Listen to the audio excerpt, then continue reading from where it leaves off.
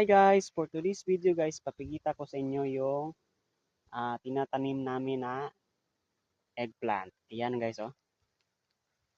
Yan. Gandang tingnan guys, no, di ba? Yan, oh. Wow. Ganda ng tubo ng eggplant or talong, yung tinatawag na talong. Yan, oh. Yan, ang ganda, di ba?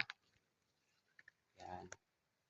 Ito po ay mahigit 1,000 na puno ng talong. Yan. Yan lahat, oh. Tingnan nyo guys, ang ganda-ganda ng tubo. Yan, oh. Yan. Papakita ko sa inyo lahat, mga idol, ang kabuhuluhan ng mga talong namin.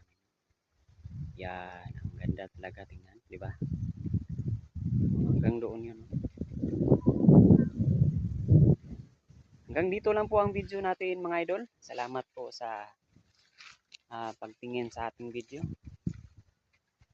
Thank you for watching.